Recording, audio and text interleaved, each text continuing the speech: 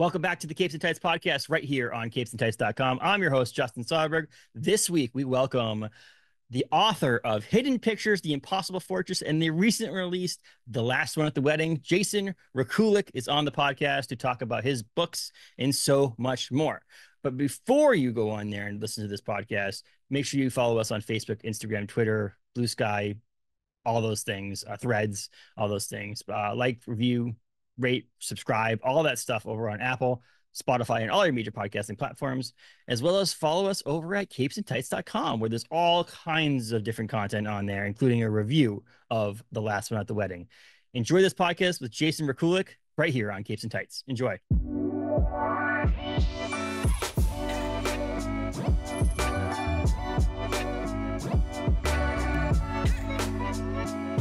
Welcome. How are you today? I'm great. How are you doing?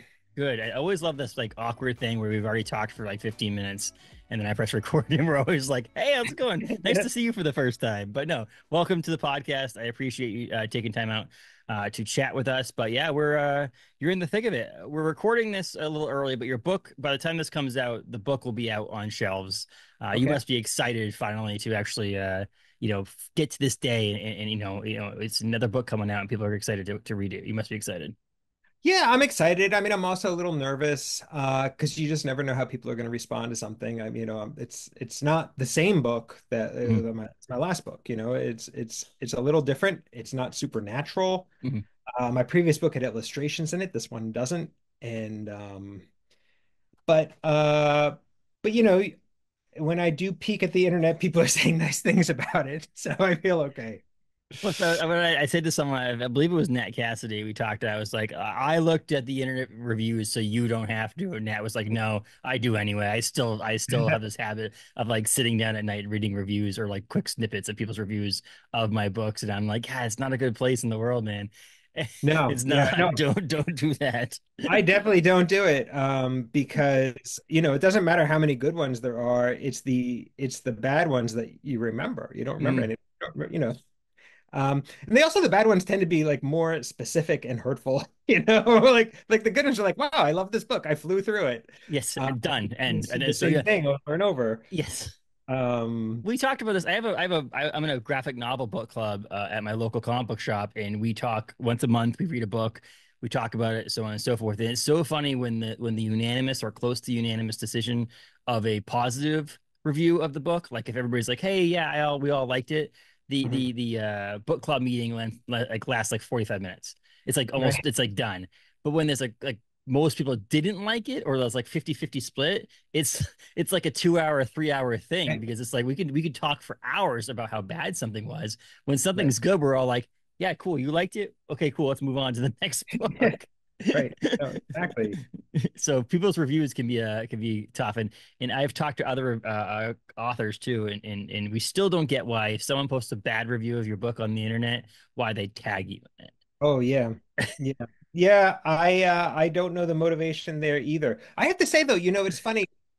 Before I started publishing books, I would sometimes write reviews on Amazon of books I didn't like.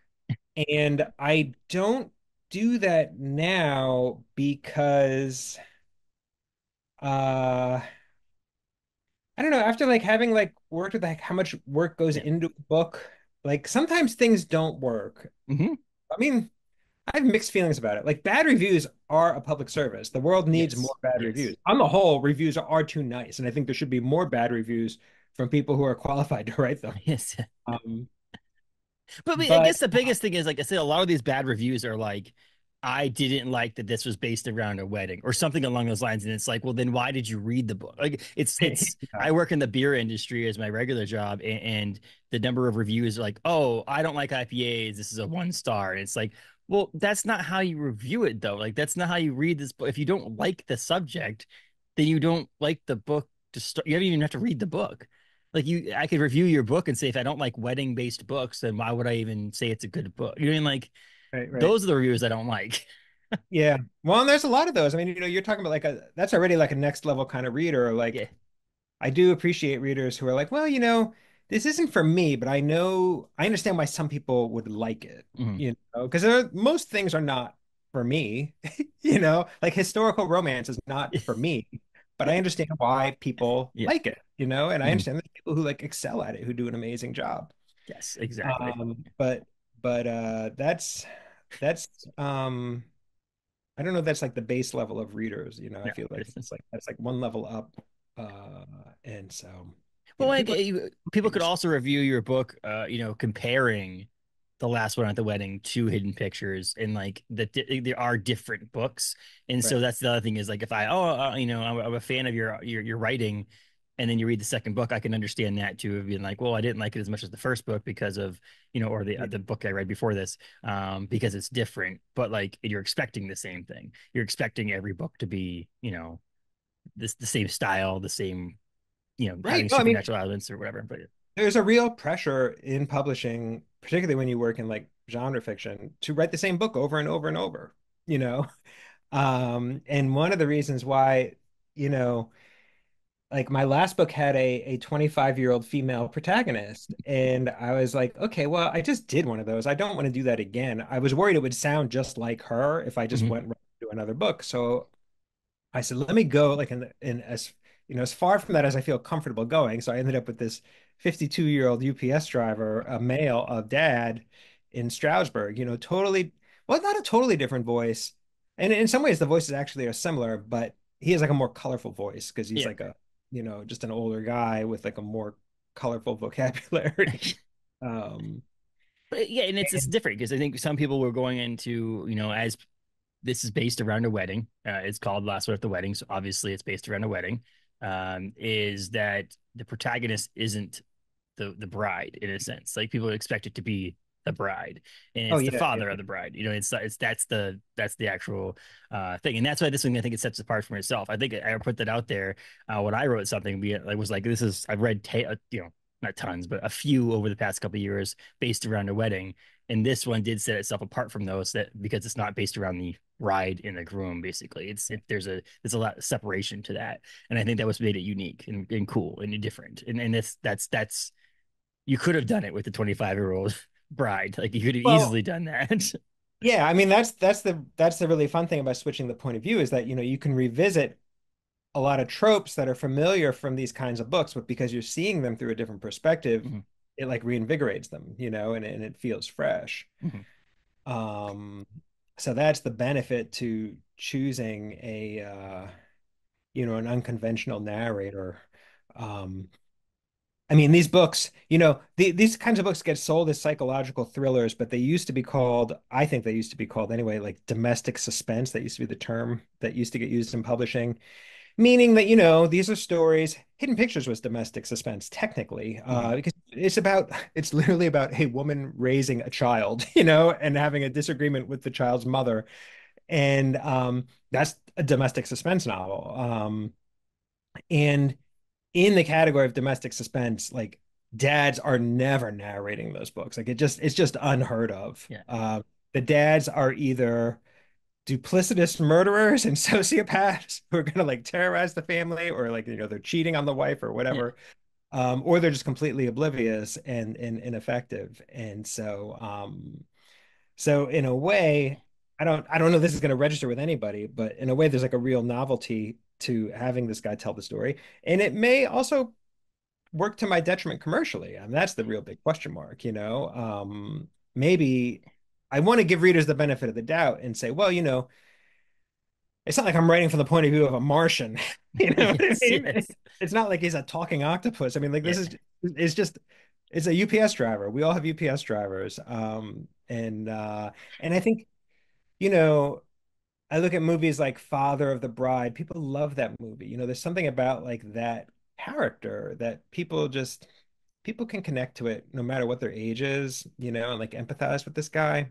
So I don't know. I'm hopeful, but we'll see. Yeah, yeah. I mean, it could work in both ways, like you mentioned. But I mean, I'm a father of a daughter, who's she's only 6 months right now, but like she's Yeah, still a go daughter. congratulations. One day, hopefully, she'll get married and be a bride, and so on and so forth. Yeah. I have a son who, hopefully one day will be a groom. But like I connected on that way too. But like, I feel like I'm not the one that you should worry about because I can read 25-year-old protagonists. Yeah. I do like I loved Hidden Pictures. I like a lot of Riley Sager's books. Mhm. like there is that person out there, but I can then connect with this too because I am also, I'm 38, but I'm a dad. I'm a Yeah. dude. I have this ability to do that. I did, however, picture my UPS driver that, that delivers packages to my work as the dad. Like I actually pictured this dude. So every time I see him now, I'm always like, wait, didn't I read a story about That's I don't know if that's probably not a great thing, but like, and it's true because I know this guy pretty well because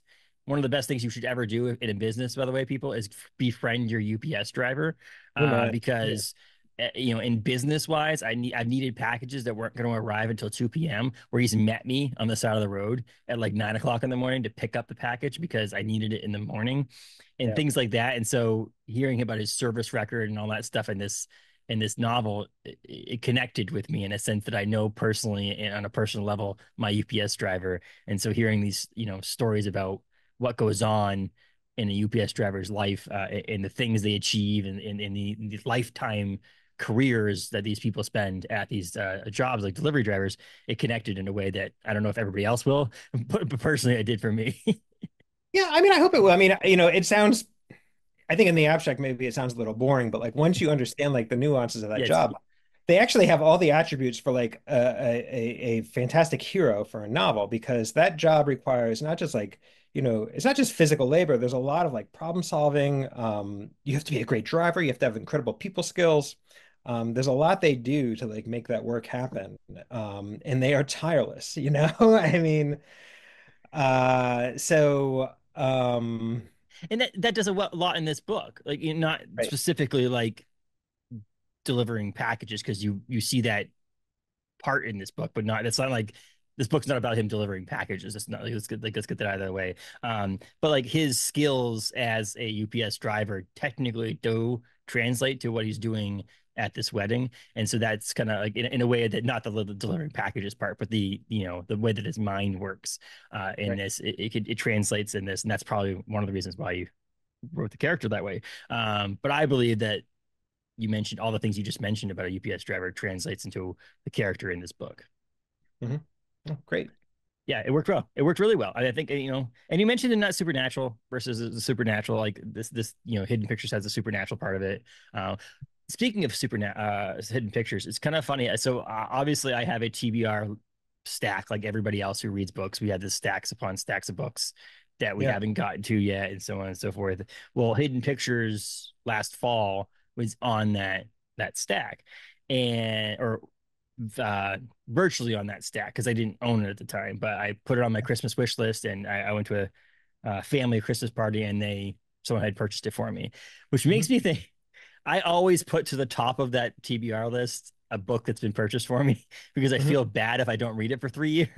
Yeah, yeah, yeah, sure. So me reading the last one at the wedding, and me reading Hidden Pictures is all thankful to this person because that person put Hidden Pictures up so high. When I saw your next novel come out, I was like, I have to read this book, and so that's so thankful to this person. Your name's Christina for doing this because I wouldn't have read your for Hidden Pictures, and I wouldn't have read this book likely yet if it wasn't for that purchase of a gift. Well, thank you, Christina. Yeah, It's I owe her a beer or a yes. glass of Chardonnay or something. Exactly. It's just kind of funny how those things work. It's just a weird, it's the same thing with if I see someone like write a comic book, then I'm like, oh, I'm going to read that book because they're not an author as well, and so on and so forth. But yeah, if anybody wants me to read a book, buy it for me for as a gift, and I will read it before anything else because I usually put that to the top of the list on this. But we've jumped in. We started talking a little bit about the last one at the wedding. Before I guess I skipped forward a little bit of what I wanted to talk about quickly, but how did you get into wanting to be a writer? I guess let's go back a little bit, talk about that, and we'll go back to the last one at the wedding. Sure. I mean, I was always a kid, I mean, this is a pretty familiar story. I was always a kid who just liked to read, and I started making up stories. I think, part of it was when I was growing up, we didn't really we travel that much. You know what I mean? Like my like I had a very happy childhood. My dad worked in construction. And but I would say that like the world that I lived in was like pretty small. So like of course, like I knew the kids on my block. I knew the kids on the block, one block over, So like of course like I looked to books and as a way to like broaden the world. And then, I don't know, like around the time I was 10, I think I started making my own comics. I would like draw my own comic books, all that stuff. Hmm. You know, there's like 1,000 people who will tell you the same story. And I just never stopped doing it. I just, around the time I was like 20 or 21, I went to Penn State. I read in some book somewhere. I wish I still had this book, and I wish I remembered what the title was. I got it out of the library, but this person managed to convince me in a really persuasive way. They're like, if you're serious about this, if you're serious about like being a writer, you need to start writing like dutifully, diligently every day because it's so much work. It's going to take you so long to get good that if you don't start right now, you'll never do it. And it's I mean, I think that's true. Like, like there's that Malcolm Gladwell thing about like the 10,000 hours of like mastery, that whole theory. I'm a big believer in that. I spent years writing a lot of really bad stuff and sort of flushing a lot of bad language out of my system. Also trying to find like the right process for me because everyone's process is different. Like I think early on I was a big Stephen King fan and I knew what his process was. So I'm like, Hmm. well, I'll just do that because that works for him. Does not work for me. He's not really much of like an outliner. He just Hmm. sort of, um, I don't know how he does it, but I can't do it that way. I need to be a little bit more of a planner. So it took me years to like figure out my process. Um, and how old I was. I mean, I started working at a small press in Philadelphia, which was called Quirk Books, and it took us a couple years to start doing fiction. I always wanted to do fiction. When the company was started, it was just nonfiction, but I kept trying to sneak fiction into the list because that's where my interests were. And I finally managed to do it with Pride and Prejudice and Zombies. This was a book Hmm. I commissioned. Um, and I said, but don't worry, it's not a real novel. We're just going to take the Jane Austen novel and add zombies to it. But don't think of it as fiction. But in my mind, I was like, no, this is totally fiction. And once that book blew up, uh, we started doing more of these like mashup classics. And then suddenly I was like, okay, yeah, this is our fiction list. Let's start doing more novels now, like original novels. And and that was tremendously helpful for me because, suddenly I'm working with all these other writers who are, you know, um, who are writing novels, they're submitting outlines. I'm thinking a lot about story structure and what is like the shape of a book.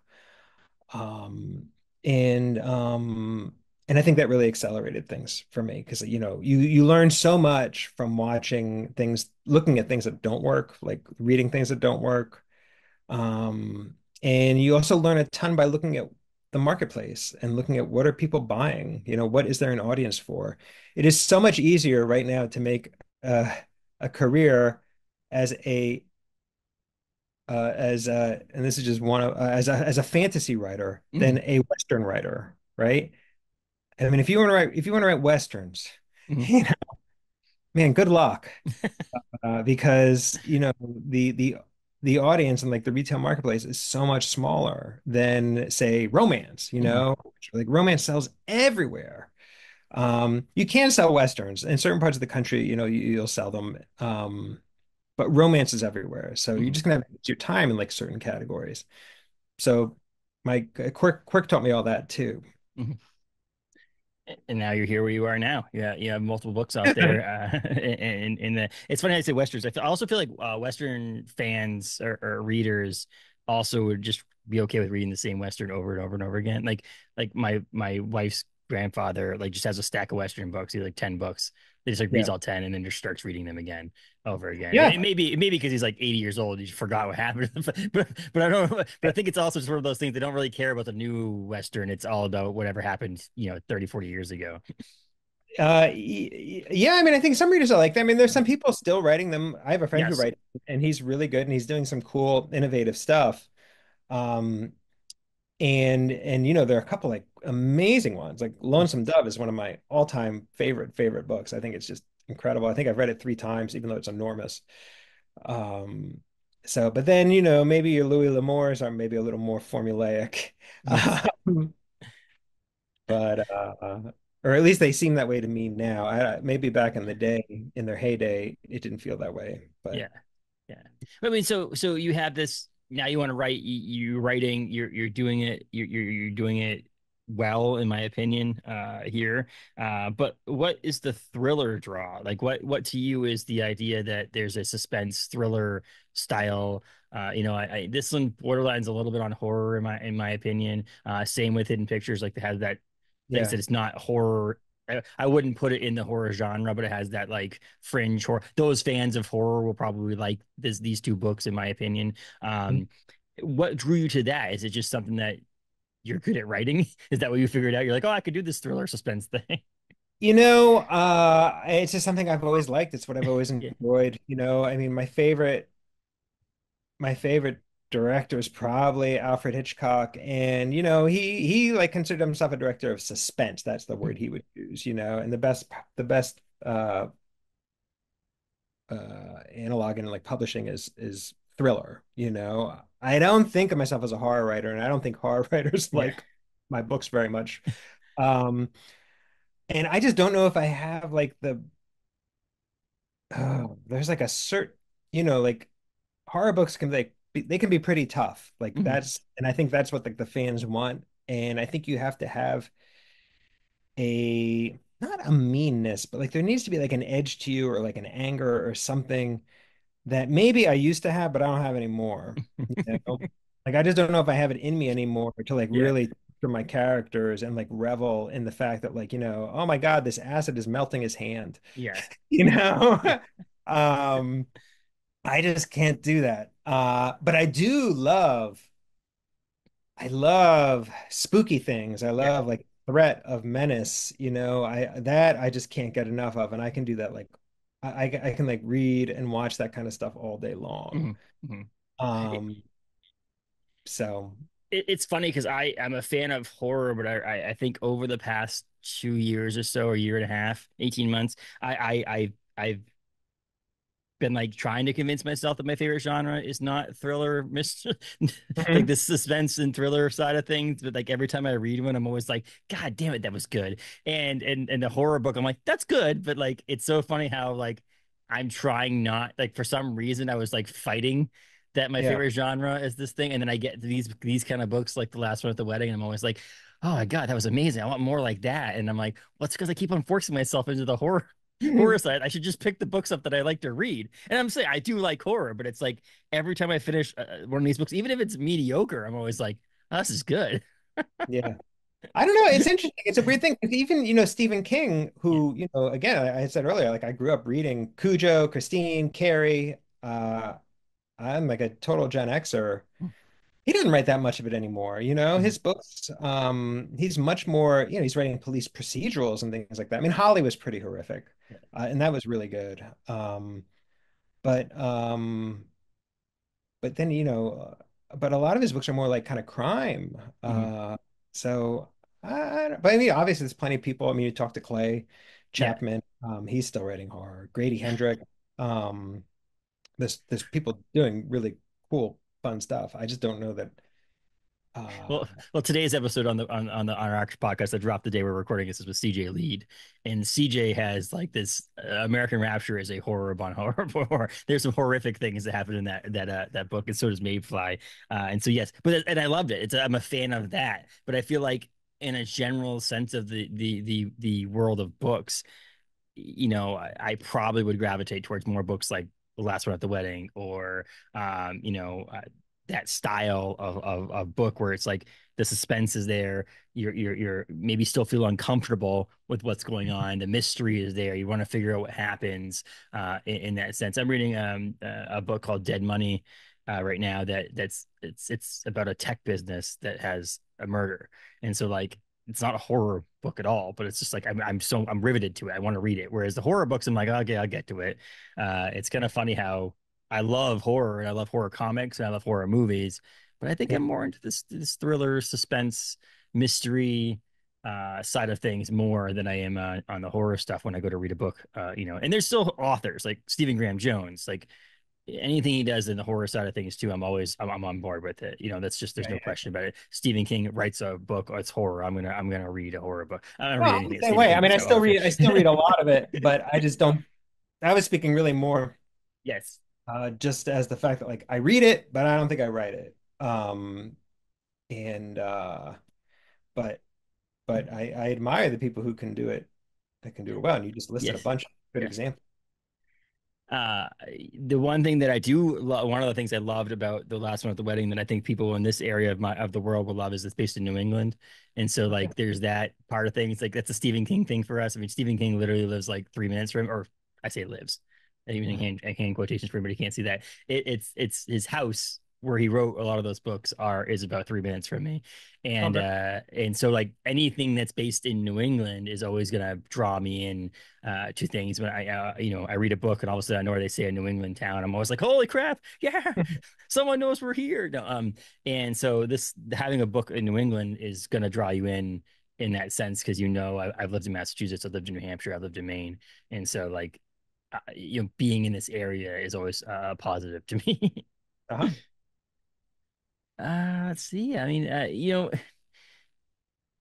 the other thing that you do really well, I think, and is something that people should connect to, who are kind of like warped in the mind like myself, is that this book features a number of characters you love to hate. Uh-huh. I feel like some people don't like characters that are hateable. I personally am a big fan of it. Are those characters harder or easier to write? Like the ones that are like just bad Yeah. people. I, I don't know that they're any harder or easier to write. I feel like they're about the same. Um, it's fun. I mean, I really enjoy, well, I mean, part of the fun of this book is you're going to a wedding. I feel like Mhm. this book invites the reader to attend this wedding. I actually structured it. Well, you'll actually appreciate this because you'll get the reference. I modeled this book after Deliverance, the novel, the James Dickey Mhm. novel, which has these 5 parts. Deliverance is beautifully structured. It has part one is before, and then it's Thursday, Friday, Saturday, 3 parts, and then after is the fifth part. And I just love like the simplicity of that structure. It's like, okay, guys, we're going to go on a canoe trip Yeah. and I'm going to show you the canoe trip. And then here's what happened after the canoe trip. And that is the structure of this book. The first part is, all right, we're going to go to a wedding. You meet everybody who's going to the wedding. We go to the wedding, and then you meet, like, it's all happening. There's one point of view. It does not break away from that point of view. It's completely linear. And you meet people as our narrator meets them. And it's just like going to a wedding where it's like, okay, who's this person? How are they connected to the bride and groom? Yes.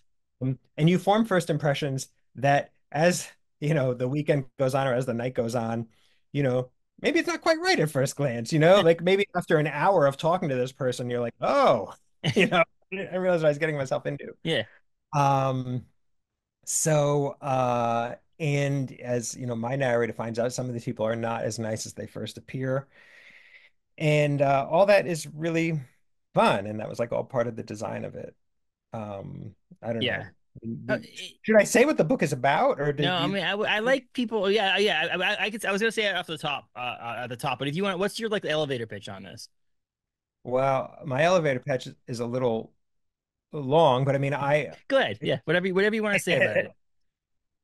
I mean, well, the book opens with a phone call. There's this, there's this 52-year-old UPS driver who's a dad. He gets a call from his daughter, and they've been estranged for 3 years, but you don't know why when the story opens. You just know they haven't spoken, but she calls to say she's getting married. She wants him to come to the wedding. She wants to let bygones be bygones. And he's thrilled. He's excited. He's like, this is the chance for a reconciliation that he's been so desperate for.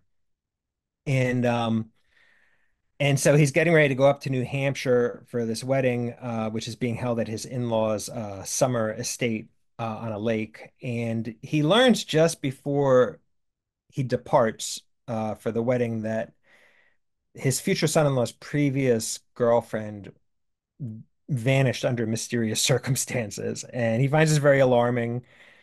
And and it's not the first red flag he's noticed about this guy. So it creates this really weird engine, or like a tension rather, in that what he wants more than anything is to have a relationship with his daughter, but he thinks she's making a terrible mistake. So how does he address his concerns without pushing her away and falling back into estrangement all over again? And that's like the tension that I think drives like the first half of the book.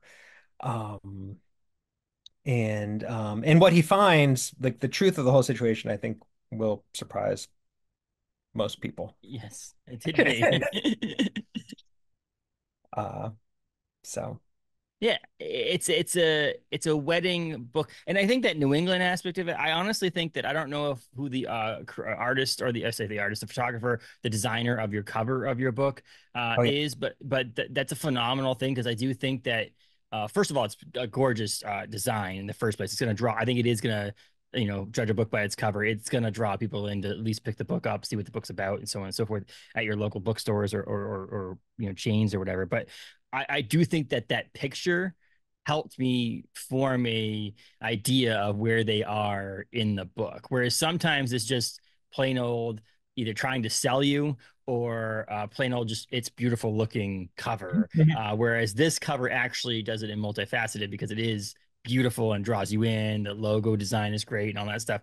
But also that house makes you go, oh, the enormity, the size, the scope of where this wedding actually is. Isn't it someone's like 3 season, cabin on a pond? Like this is at a place that most of us would go, that's a summer house Right. and that kind of thing. It's got scale to it. I think it also benefits that I live in New England. I know what the New England woods looks like. I know what lake houses look like and so on and so forth. But yeah, that picture on the front helps a lot, I think, when people go to read the book. That's I'm really lucky because that cover is by a guy named Will Staley. He's a super talented designer, and he's done the covers for all my books. And he does like super famous authors. Like, he does lots and lots of bestsellers that you've seen. Mhm.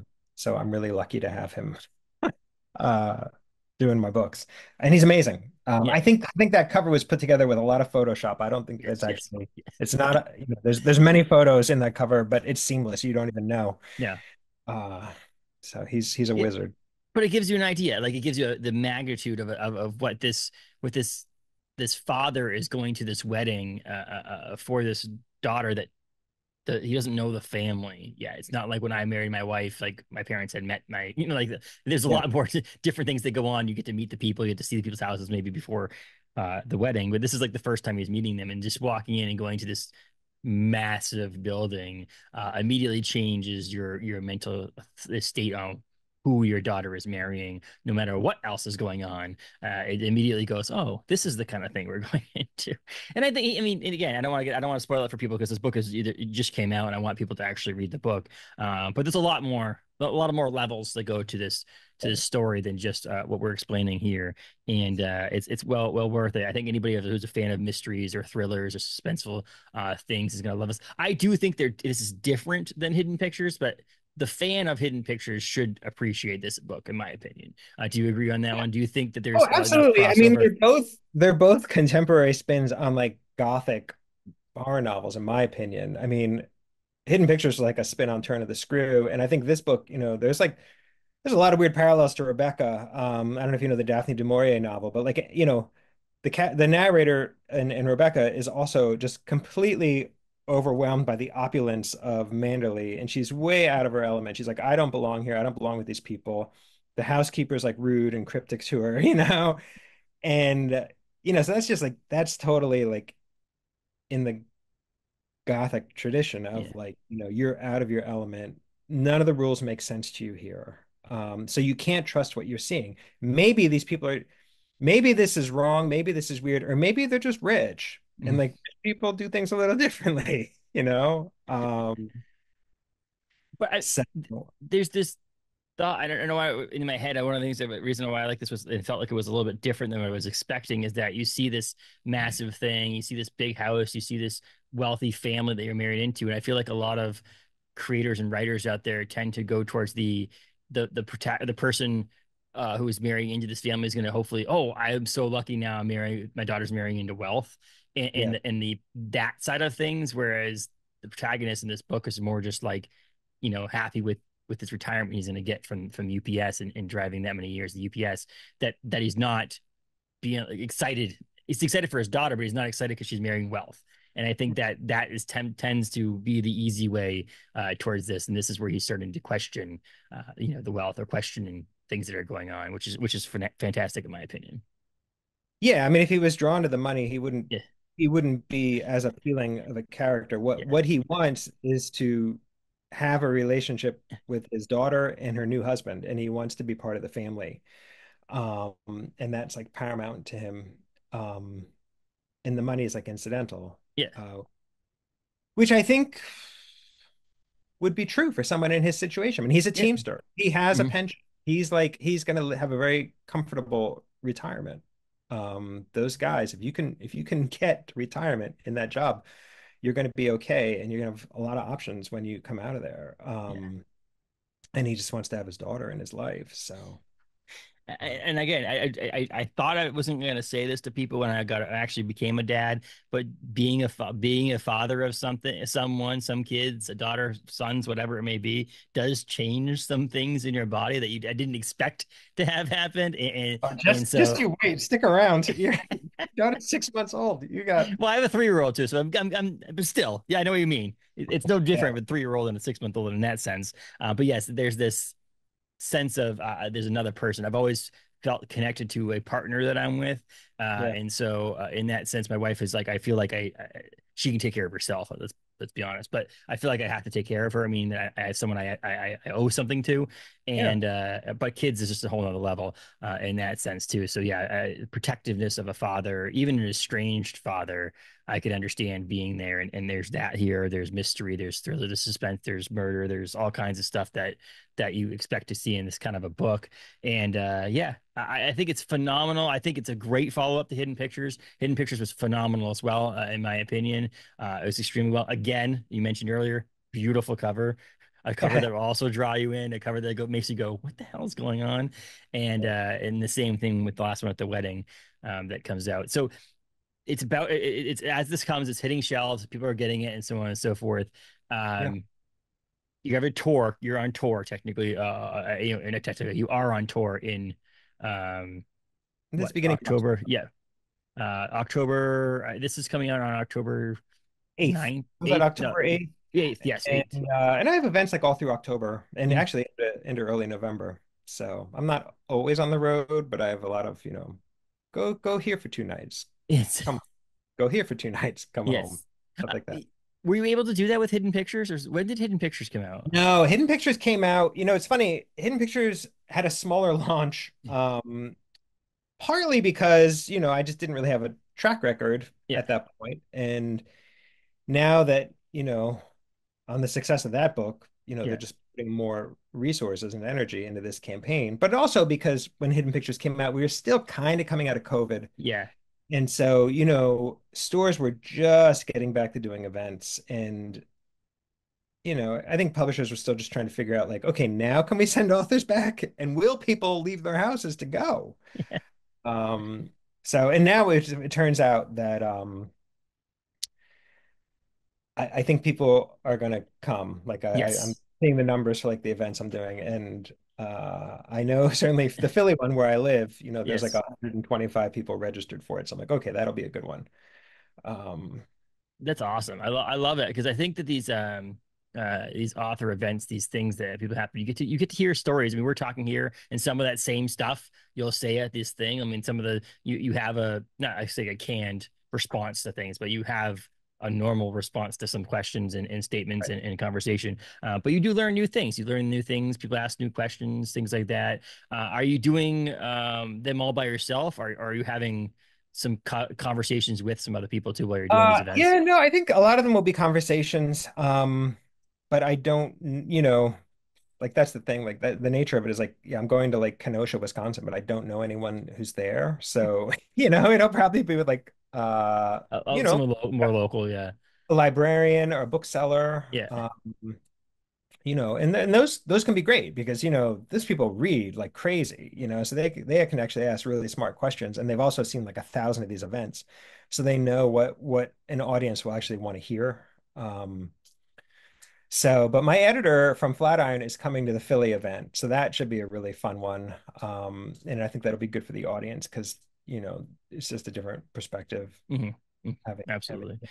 Yeah, it's one of those things that we're lucky. My local bookstore, Briar Patch here in Bangor, Maine, has been Mhm. doing some events too, and it's really cool. But it's just so hard. Like when you're like in the middle of the United States, I feel like it's a little bit easier, or in big cities, to get a lot of you authors to come. But like when we're like up in the middle of, in Maine, when you're trying to get people to come up, it's like not a stop along the way. It's like up here and back. And so hopefully in the near future we'll be able to get more people in. But if you ever want to come to Maine, just let us know. You can come up here, and Okay. we got a place. You can come see Stephen King's house. You can go.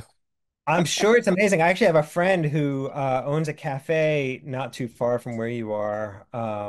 It's called Ralph's Cafe. Do you know that place? It doesn't. I don't. It doesn't sound familiar, but now I figure I'm gonna look it up. We'll make sure. Anyway, Yeah. um, and so I've said to him one of these days I'm gonna get up there, but Yeah.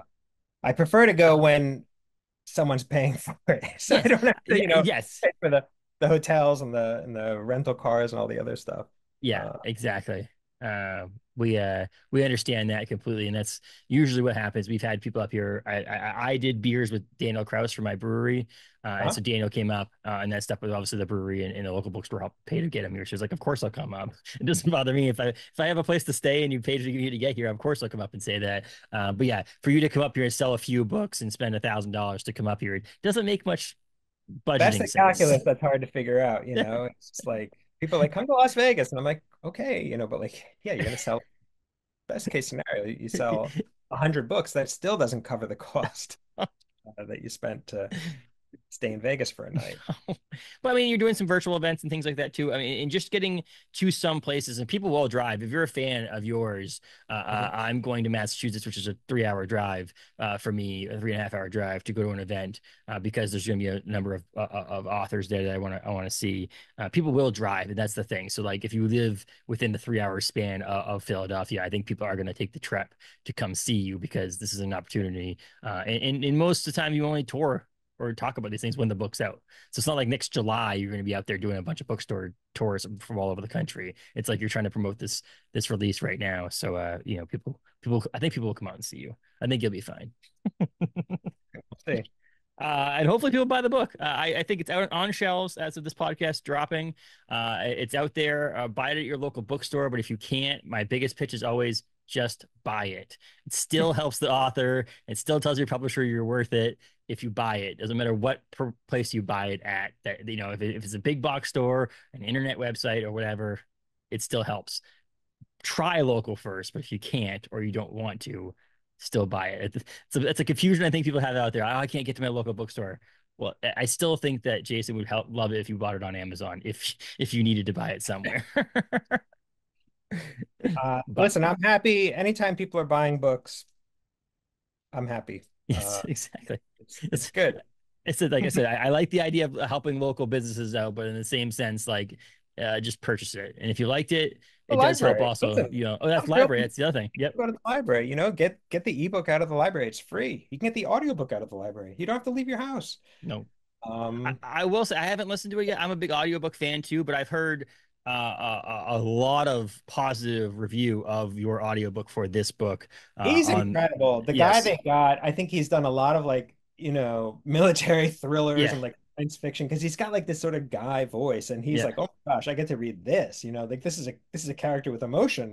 This is Yeah. not the kind of thing he normally gets to do. And I would give him the Oscar for best audiobook narrator. I thought he did an amazing job. So I love hearing this because now I like hearing people say this because I read the galley digital galley ahead of time, and I saw that the digital or the audio galley was out there, and I almost went and requested it because I'm like, I'll read it again just to hear the person's narrating it because again I've heard good things about it. It's I have it right here. I just pulled it up. His name is John John Perella. Paul. Yeah. He narrated the book. So yeah, now I'm gonna have to read it again. force me to read it again. No, I enjoy it because I like hearing different ways people talk and the way that, the speed at what they talk or the inflection on things. Like people do a good job narrating these books nowadays, and it's not as simple as just a straight ahead. I wouldn't be able to listen to myself narrate a book, but I like listening to other people narrate. Yeah, I Uh, agree. I would never read one of my books because the people who know how to do it, I mean, he gives a performance. He yeah. performs, he's not just reading it. Mhm.